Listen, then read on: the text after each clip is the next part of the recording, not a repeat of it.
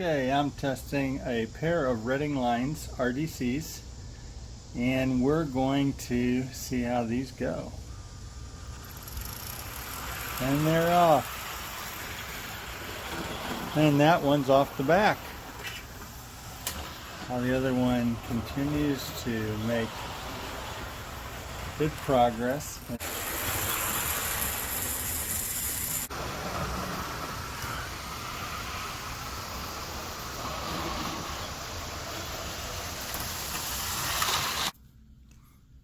Hey everyone, I got my pair of Reading Company, or as it says here on the logo, Reading line. Basically the Reading Railroad of Reading, Pennsylvania. And these are the two doodlebugs. And I mentioned when I was showing filming earlier a video, I had a problem with the two uncoupling because it's part of a set. This is the dummy unit. This is the shell to my powered unit, which is right here.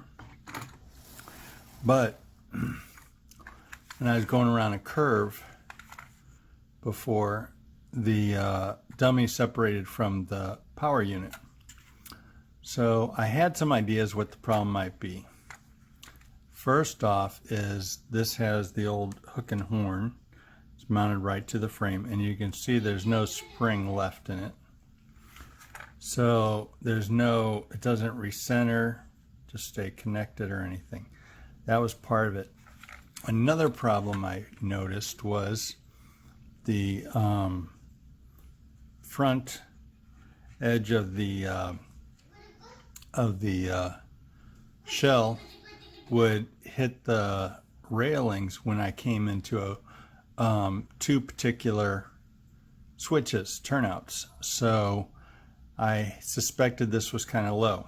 So I knew I needed to update the hook and horns with Katie's. Okay, so I wanted to show you the work that I had to do on this RDC. This is the power unit for the Reading.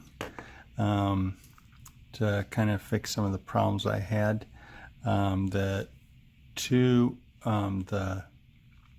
dummy unit separated from the power unit on that one curve, and I will show you in another video how I raised the whole shell up to the chassis to get the shell to clear the tracks. And also the old couplers were these old hook and horn couplers that the springs are just no good. So anyway, I switched them out for these Katie's, and the Katie's I use are these Magnomatic bulk pack number 5.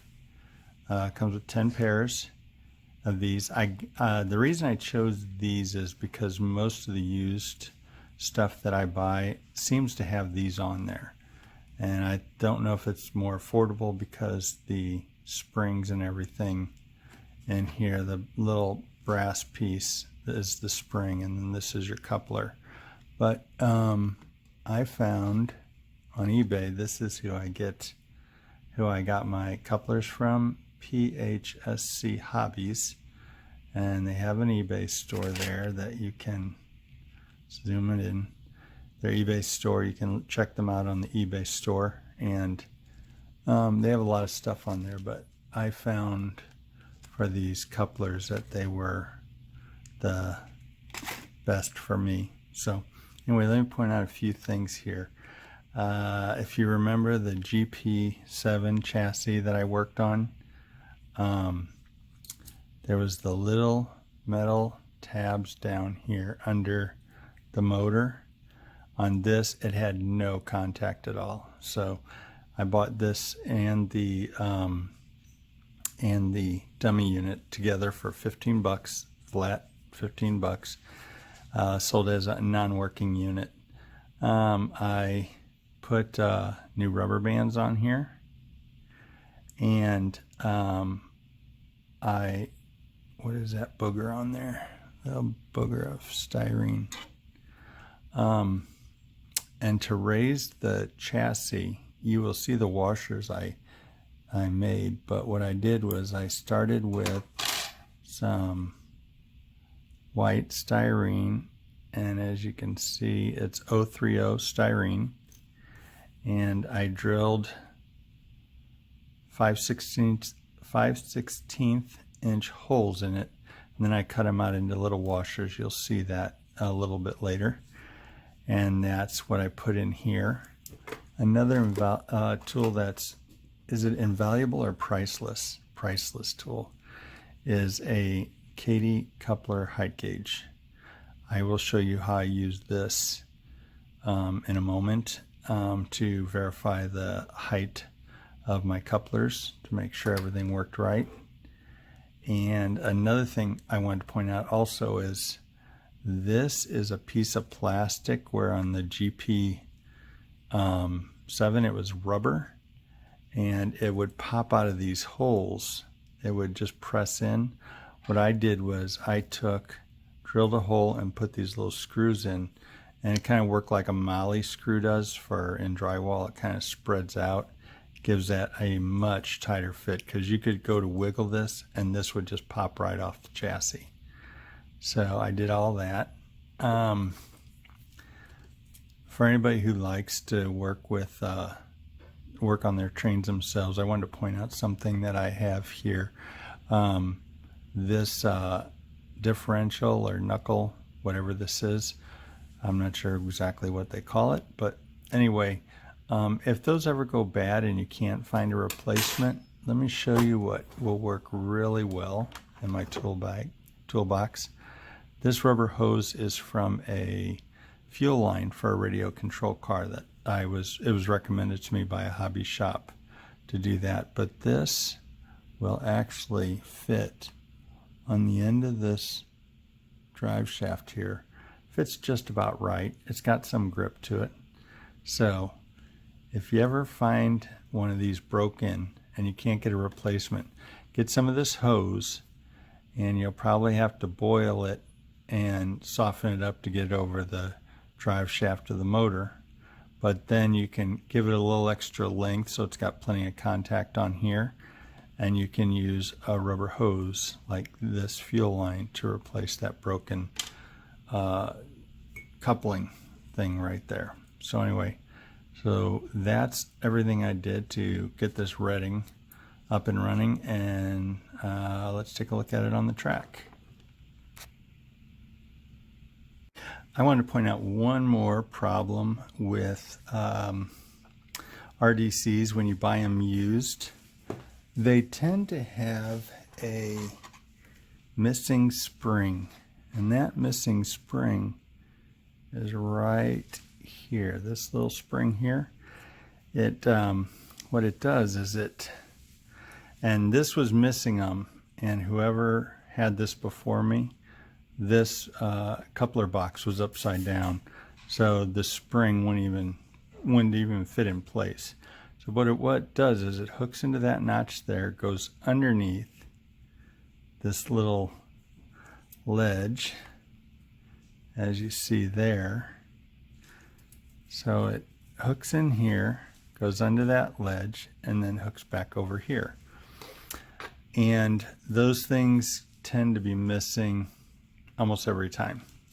So what I've used to make my own springs is, this is piano wire. It is, where it's from, looks like K&S Precision, and it is, says here, it is a 020 music wire, 0.55 millimeter, and I cut those to 24 millimeters, or actually 23 millimeters. Probably, I think I cut them to 24, and then I cut them just a hair under, so it's like probably 23.5 millimeters is the size to make it fit in there just right. If you cut them down, you go to put them in place and you start flexing this and it goes flying, it's just a hair long. So you might need to take off an extra 1/2 millimeter to make it fit in there. But that gives this play to help it recenter, and then you got the coupler that recenters, and that's what helps keep the two holding on to each other when they go around the track, unlike the first test run I did. As you saw earlier when I was test driving these Reading Lines RDCs, that they separated on that curve. And another thing that I realized is that this little front part on the shell was hitting the rails at a couple points near turnouts. So I had an idea that we needed to raise the shell up and probably put a spacer under the truck.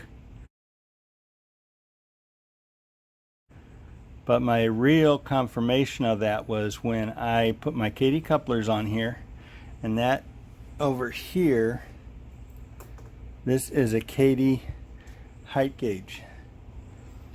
And when you put the two together, you will see actually that this, whoops, it's pulling away.